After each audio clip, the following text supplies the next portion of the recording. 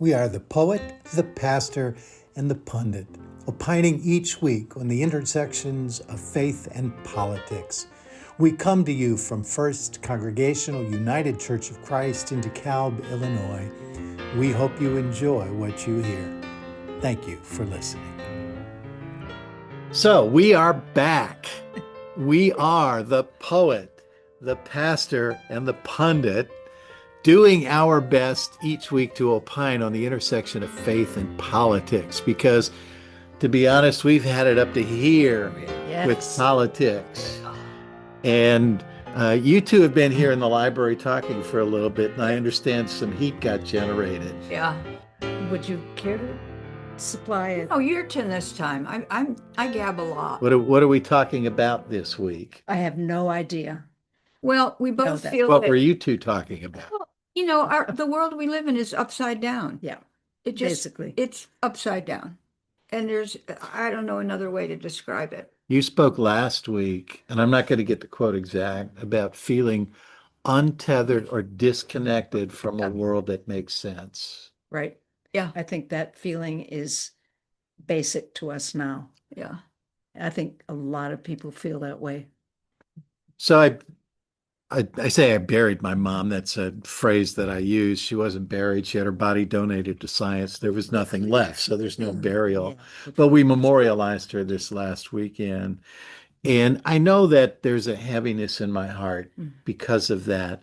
But I have been pausing over the last 2 weeks and recognizing internally this level of sadness, if not depression, that I feel in my bones, I feel in my gut. Oh, yeah. And I realized that's not just mom dying. Yeah. For me, the illegal raid into Venezuela and the ease with which we as a country have responded to that, coupled with the murder of Renee Good, is just, I just sink into a depression when I think about that. And it's not just that those two things happened, it's that they happened. And then listening to what our government says about it and watching and realizing that I don't care what we do to respond. That's the world we live in now. We can't stop it. This is part of what Becky and I were talking about, but as you said, I feel heavy-hearted. Yes. And John and I talked about this a couple of weeks ago after the incident of Hanukkah celebration in Bondi, massacre of students at Brown, and there was something else. I had a Monday where I could not get out of bed. Yep. It hit me really hard. I had the covers over my head, you know, and I just couldn't open my eyes to face the day. Yeah. And then this all happened, Venezuela and Renee Nicole Good. And I got up and I was functioning. And I said to the pastor, I'm actually functioning. Does that mean I'm becoming inured, immune? Is it becoming so commonplace that a woman is shot 3 times in the head and I'm not depressed and unable to move? I mean, like what? And not only that, we were talking about this a little bit, and I think this is what you were saying, Pastor. We have seen videos of this occurrence from many different angles, from many different people who were there as witnesses. And the government is telling us that is not what we saw. We saw a vehicle trying to run down an ICE officer. That is not what we saw. That is not what happened. But I'm afraid there are millions of people out there who do not have access to the same video and evidence, but still trust our government to be telling us the truth. That terrifies me. Absolutely. Well put. It's like open season. You know, those people, Trump and the rest of his people, they can say anything they want and assume that everyone's going to buy it. What do we do? Yeah, if you're a liberal, a progressive, a Democrat, or live in a blue state, you have a target on your back. Yes. It was bad enough when the target was on the immigrants' backs. It's on all of our backs Oh, now. yeah. Yeah. There's no end to what this person wants for himself and his cronies. There's no end to it. Do you know, I actually never thought of myself as getting old. I was always going to inhabit my 16-year-old body. And How's you know, that working out for you? yeah, not so well. All those abilities. But then as my hair was graying, I thought, well, I'm going to get some cachet through this. I'm going to be a respected senior citizen. That You also earned it. did not happen. Yes, I did You earn did it. become a senior citizen, just not a respected senior citizen. Yes. You know, walking on the sidewalk and thinking, well, surely those two young people that are taking up the sidewalk will go single file or step off so I can stay on the sidewalk. But no. Astounding. So- They didn't step aside. So I feel that that's another way the world is upside down. Mm. There used to be a respect for an elder. An elder president was to be respected. We had Eisenhower, respected. Mhm. Older gentleman. Then we had that young whippersnapper Kennedy. Kennedy, Really, whom Yeah. Eisenhower adored, by the way. I'm sure he did. They were so aligned philosophically Yes. and I think spiritually, even though they didn't share the same religion. That's not the point. And there was kind of an expectation, but all those norms,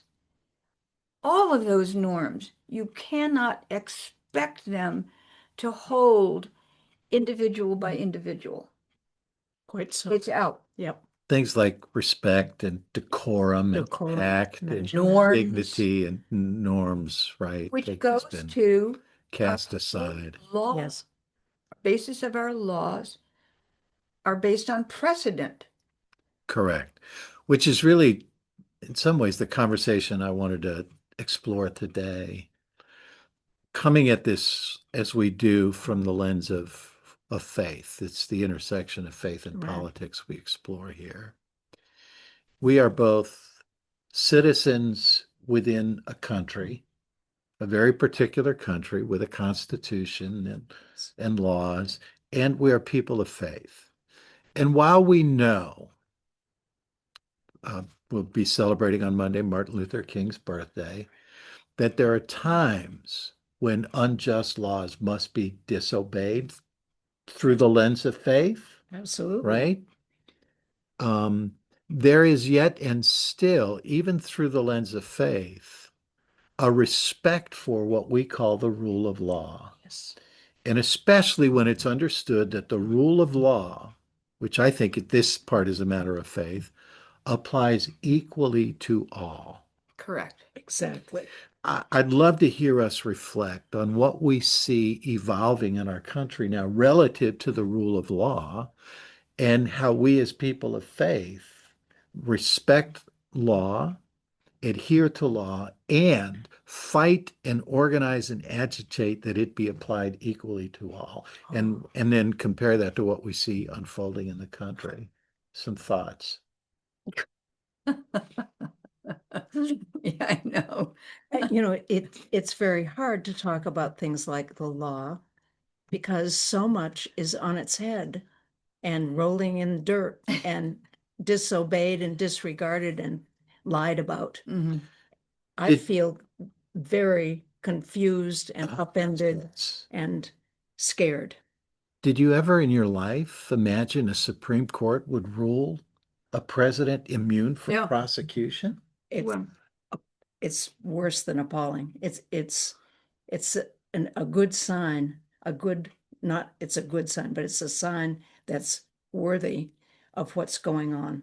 It's like Indicative of what's going on. That's the word, Yeah. indicative, Yeah. because what we have always accepted as the truth right, and the law is on its head. right. On its head. And no wonder we wake up in the morning thinking, oh no. Yeah, can't face it. Well, and the whole that a president would have immunity. puts us right back into, the Magna Carta opposed to King John's Yes. monarchy. Good point. And our Declaration of Independence saying no No kings kings. here. Right. No kings. Man has human rights. So it's not, I mean, yes, it's legal. We can parse words, but our human rights are being violated Yes. Every day. every Yes. day. And they're being treated as if it's just a matter of course. And the fact that Nicole Good was murdered, Yes. she's her, I'm me. Why not me? Hey, So she's murdered. The state of Minnesota begins to investigate the circumstances, and the investigation is shut down by the Department of Justice, right. who then ordered its Civil Rights Division, right? The Civil Rights Division investigates anytime a federal employee Mhm. or officer applies lethal force. It is they who investigate. The Department of Justice told the Civil Rights Division not to investigate and is telling the state of Minnesota they can't investigate. And even if they do, they're not getting access to witnesses or any of the evidence. And so, what case can they present? So, a law was broken. I don't think anybody sitting at this table doubts that. Absolutely not. But when we talk about the rule of law, when it is the Department of Justice itself Hey, that shuts down the investigation, Right. what do we do? Well, exactly. Everything's on its head. in my mind, it points to their guilt right off the bat, because Absolutely. otherwise they would want an open and fair investigation. Mhm. So the first thing that I'm inclined to think is, okay, well, you're guilty, but okay, so what? Well- It's right. And again, referencing the rule of law, when the vice president says in a press conference the day after, first of all, that she got what she deserved, called her a domestic terrorist, but then says he's a federal employee, he has unfettered immunity. Yeah. No, he doesn't. There's no Certainly law not. that says that. Well, there's no human right that says that. No, that's not what we were about here. No. And there, I think, I wish I could remember, it was wonderful. A black officer of head of a police force said, there is no police force in our country that are Where's a man? blacks. It's a woman. Yes. I want to say South Carolina, but I don't in know. Ohio. Okay, I don't think it was Ohio, but I saw the same video. yeah, and It's a black that's woman, true. chief Black of woman. police in her district, Yeah, got up to a microphone and said, "Nobody who carries a badge wears a mask. right. No military, no Army, Navy, Police force, no police force. National Guard." Nothing, none Yeah. have ever. And I think at that same posting that I saw was a side by side of the way ICE officers and the FBI formerly were attired, which was like in a windbreaker Yes. Right. with FBI or ICE on it. ICE, right. Now they're in full military gear Ugh. with was the- high-powered weapons. The big, beautiful bill. It gave enough money to create a division of ICE that makes ICE now I think it's the third or fourth largest armed force in the world. Really? Yes. Yes, Yes. I yes. saw a video of an economist asking the question, how much money are we spending for each detainee? Right. And it took the budget from the big, beautiful bill Yeah. for ICE for 2025 and the number of people that ICE detained. Take a guess at how much money we spent for to detain each individual. Well, Almost I was $200,000 gonna say hundreds of spent thousands. per Sam. detainee. Mother. God. And I have to ask myself, who in our administration and oligarchs who are supporting our administration are building the detention centers and making a whole lot of money Hmm. by having them filled. And if they are filled with innocent people, because most of them do not have the offenses that would land them there, how much money are we actually designating for that purpose instead of streamlining immigration, providing food, health care, and basic Education. education? How much are Health, we, yeah, you how said much healthcare. are we spending in that detainee fashion instead of a positive, humane fashion? Who's making the money on that? I want to know. Gee, I wonder. On the, well, Yeah. Back to the rule of law. Um, I heard an interview by uh, the head of NATO. mhm. I don't know what the official title of his office is, but he oversees NATO, the North American Treaty Organization, talking about Trump's rhetoric on Greenland, Mhm. Right. talking about the attack in Venezuela. Both the United Nations and NATO have weighed in on that. Mhm. Clearly a violation of international law. Yes. Even the threat of military force against a sovereign nation Mhm. is a violation of both NATO and the UN Charter. Point. And yet we have bombed Venezuela. Yes. We have bombed Iraq. We've bombed Nigeria. We've bombed Somalia. We've bombed Syria. We've threatened action against Greenland, threatened action against Cuba, threatened action against Canada, threatened action against Panama, threatened action against Colombia, And probably Mexico. and Mexico. Our two Really. neighbors. Yeah. So again, if what we're talking about is the rule of law, we have multiple violations of the rule of law, but no means left to hold them accountable. Exactly. Okay, so what are the means that we need to target? And I want to clarify what I'm trying to get at. So we know the Supreme Court is effete. It's purchased, bought, and paid for. Okay, so they're no help. We have on the other end our police force, ICE, are functioning. We don't seem to have a Congress, Senate, or representatives that are functioning to represent us, which they're supposed to be doing. Okay. It seems our only line of defense right now are the lower courts. I think there are a couple of places. You mentioned the police force. Right. There are police forces across this country that are doing their level best to prevent ICE from doing its worst. I think about there was in Los Angeles, ICE showed up at the one of the baseball stadiums. I think it was Chavez Ravine, Uh-huh. and the Los Angeles police and the Dodgers organization kicked ICE off of their Right. parking. Yes, I remember Get the that. hell out of here. Yes, I remember that. So there are police forces that I think are being deployed. Local Yes, police yes, forces throughout the country. yeah. Our DeKalb Yes. police force, Yes. the police chief has said, we will do nothing to Right. support ICE. They're not saying we'll do what we can to stop them, but Right. we don't know. Right. But they've been clear. Yeah, And they do protect rallies that Yeah. are Yeah. opposed to ICE. that's Right. right. And they've done a very good job across the country and at all of the ones where I've been, where the police have been. They've Yeah. been not only protective, but fully supportive. Yeah. And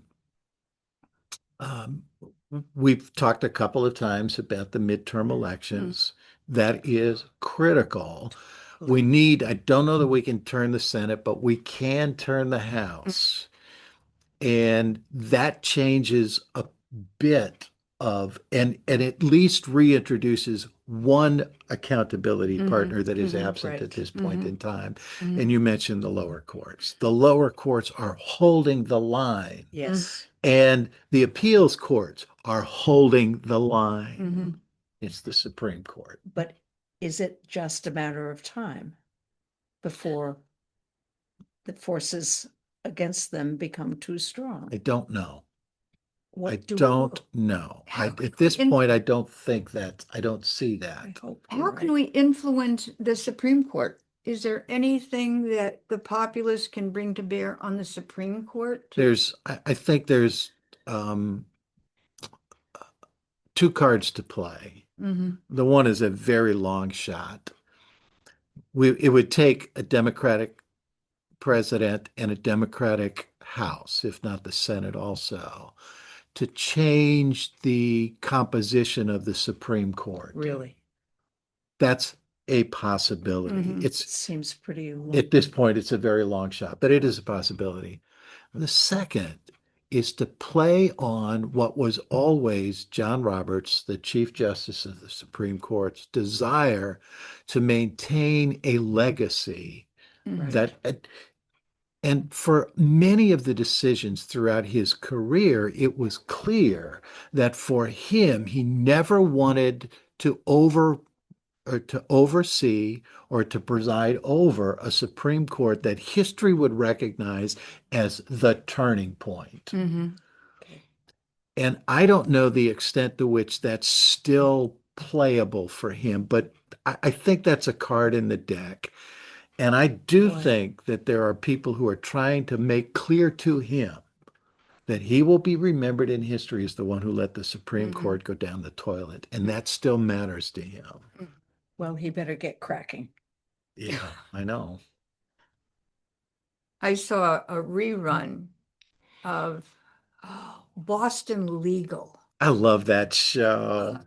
James Spader is my favorite actor. I'll watch anything he's in. Me too. Love the guy. But The legal show. You would love it. oh yeah.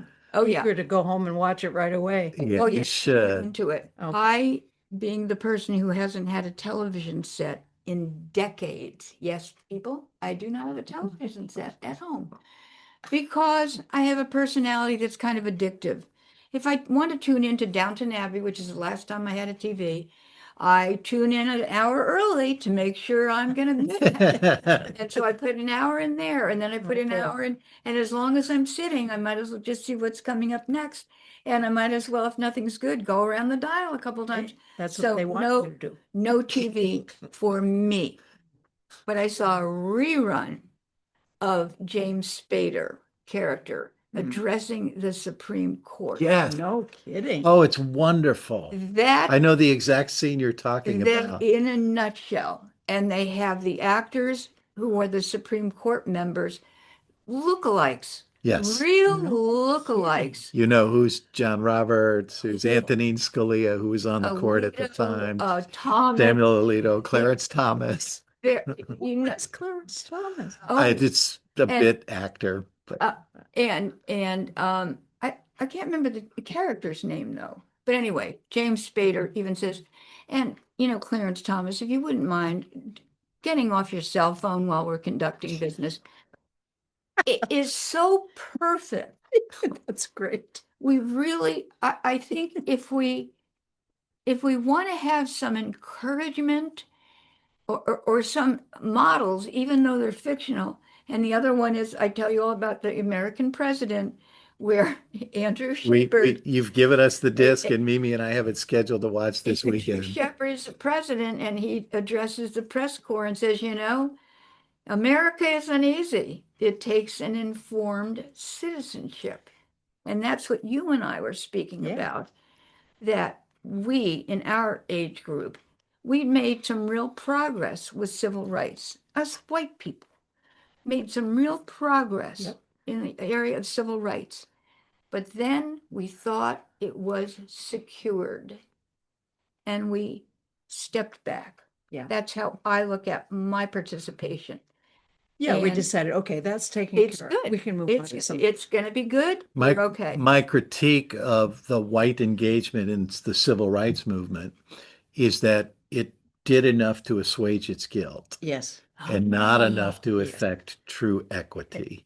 yes. And So it's like, equality. oh, okay, we That's took hard. care of that. And it's harsh, and I'm as convicted by that as there was a study done. This was after George Floyd by two Black scholars and historians. Not mine. I don't know what that noise That's is. fine. Oh, and Sorry. they referred to in academic research white engagement as episodic. Okay. And the stat that just floored me Mm. is there was a stat that measured white engagement in Black Lives Matter before the George Floyd murder. Oh, wow. Right. And then in the months that followed, and it like tripled. It Right. went from like 20% to over Right. 60%. And then the police officer that shot George Floyd was convicted. Right. Yes. And a month after the conviction, they surveyed again white engagement in Black Lives Matter, and it dropped to lower than the Mm. 20% it was before We're the done. murder. Yeah. And that's what they Yeah. mean by episodic. Yeah. Yeah. Yeah. Something dramatic happens, or a big movement Yeah. is birthed, like the civil rights movement with Right. Martin Luther King, and whites show up. Right. Something happens to that we claim victory for, Mhm. and whites disappear. Yeah. And meanwhile, the institutional racism persists. But we felt like we solved it. Yeah. Yeah. Does that make sense? Yeah. Yeah. Absolutely. And I'm, I think- and I could cry. Yeah. Exactly. It's so embarrassing in a certain way. Yeah. But it's also, this is what happens. This is real. Yeah. And what are you gonna do about it? Well, we don't stay engaged. That's right. We think, okay, because I think we haven't endured what they endured. That's right. So when I think, oh, you're okay now. Okay, I can go back about my business. exactly. We never endured the years and years and years that they were Centuries. oppressed. Yeah. I mean, I'm talking about if I had a neighbor, Yeah. I would never understand the extent of the privilege we have Exactly. enjoyed. And Exactly. for our listening audience, we're spending a year in conversation with one of the black churches here in town. We need to keep this in mind when we have those conversations with them. And Sharon Eifelt, who's been interviewed on a number of she's a legal scholar, a number of shows that I listen to, says that for white folks, this feels new and threatening and dystopian and existential. But she said, this is nothing new, what we're living through right now for Black folk. Yeah. And whatever they have learned through the years to do to survive, they are fully equipped to survive this as well. And part of that is saying, we have the wisdom you covet to get through this, and not just to get through this, but to find hope on the other side of this.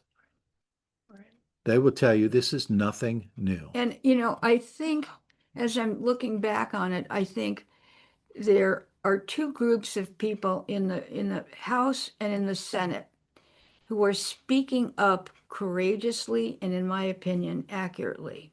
Mm-hmm. Women and people Black of color, women. And people of color. Black women especially. Black women Is especially. it Jamie Crockett? Is that her name? Jasmine Crockett. Jasmine my Crockett. Thank you. Evelyn. Right. She is on it. Ocasio-Cortez. AOC. AOC, yeah. The tribe or whatever they call themselves. Yeah, Ilhan Omar. Ilhan Omar. Presley. Yeah. Wow. They are articulating it, a new word, in a granular fashion, right down under the microscope, and they are giving it voice And brilliant. brilliantly. And we have some males in reps and senates, but Becky and I were talking before you came in. We had a full Democratic approval of limiting the war powers of Trump. Yeah. Right. 5 Thanks to Republicans. Josh Hawley in Missouri. Are you kidding me? I said, if you want to count on someone to run, it's your man Josh Hawley in Missouri. But at the last Get the heck minute, out of me. there you go. Yep. It looked like I thought, wow, Josh is finally coming around. No, no, it was fleeting. We don't have the chutzpah. Yeah. That we need to have. Yes. Yeah. That is the word. There isn't Yeah. an English equivalent. Well, you came in equipped today for the Oh, yes. conversation about the rule of law. I'll tell you what my shirt says, because you probably won't be able to see the whole thing. It says, when oppressors become lawmakers, resistance becomes duty. When oppression becomes law, resistance becomes essential. I remember reading, was it Emerson? Yeah, it was Ralph Waldo Emerson or Thoreau. Thoreau, essay on civil disobedience in grade school, Whoa. and thinking, I get it. And it's all about when Yeah. oppressors write the laws. Right. And it's Martin Luther King Jr. saying some laws are call for us to disobey. You're right. And what we've been seeing across this country is this groundswell of civil disobedience. And you've remarked a number of times how this administration's crackdown on that and characterization of that reminds you of the SS troops in Yeah. Germany. Good point. Totally. Hey, I mean, it's the playbook. It doesn't take a lot of wisdom to see the similarities. and that's how these things go. The same oppressed group does what they do, and we're in a similar mess. And then they get demonized. And then they get demonized. And when you're demonized, you're dehumanized. Exactly. When you're dehumanized, you can take 3 bullets to the Yep. face and Right. nothing Yep. happens. Right. Yep. Because Get somehow thrown or in other- an El Salvadoran prison Right. and nothing happens. There are others. They're Yes. less. Right. That's why it comes back to, when you talk about law, it comes back to our God-given, Inalienable rights. inalienable Yes. human rights Life, liberty, and the pursuit of of happiness. And I think justice gets put in there too. It does. Well, Well, I'm pretty well exhausted. How about you, I'm- Becky? I just keep coming back to, what are we going to do? Well, to that end, I started making a list in response to some Yeah. posts on Facebook. Some are good, some are ridiculous. But at a granular level, it starts in your family, in your home, Mhm. in your direct community, in the town you live in, becoming active in your local government operations. Mhm. And so I was inspired after I had my midnight break and couldn't get back to sleep to start making a list of actions we Good. can take to resist. Yes. And a lot of it starts with taking care of ourselves. Mhm. I need to take care of myself so well that I don't hide under the covers for 24 hours straight. Yeah. That there is something that I have nurtured strength-wise to help me to stand up and resist. So it all starts with the self, but it goes out from that with ripples that are very local and then expand. And the self-care, it proceeds to creative action. It's not sitting home like I did, virtually sucking my thumb because Yes. my heart just didn't give me the energy. Need to nurture that and then take positive action. I'm making a list. It's about 30 things right now. Hey. So I'll have it done. Bring it with you next time we week. Yeah, talk. could you, Yeah. type it up and Yeah. send it around? Yeah, we just can't sit, we cannot sit back Well, and I think- expect others to do the work for us. Exactly. It's up to each and every single one of us somehow to figure out how to live in this world and how Right. to make it better. How to make it better. And How to make it better. That's the activity. One step at a time, one One day step at a time. But oi, Yeah, but Well, do I- something. I admire the two of you and the way you show up and the way you contribute to making our church, our community, our household the better place to be. there's nothing more important than doing that. Keep showing up. Yep. Yeah. So do you have a last word? Liberty and justice for all. You really like that.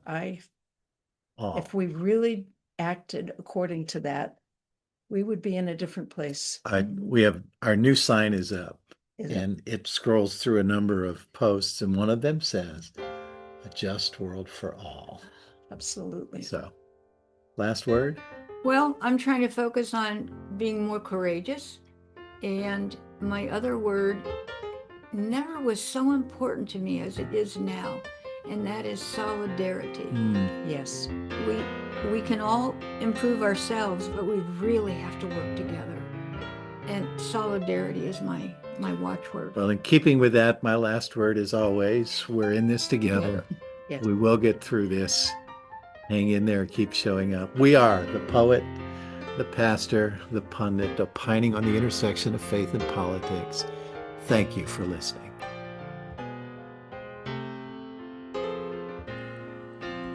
That was our podcast this week.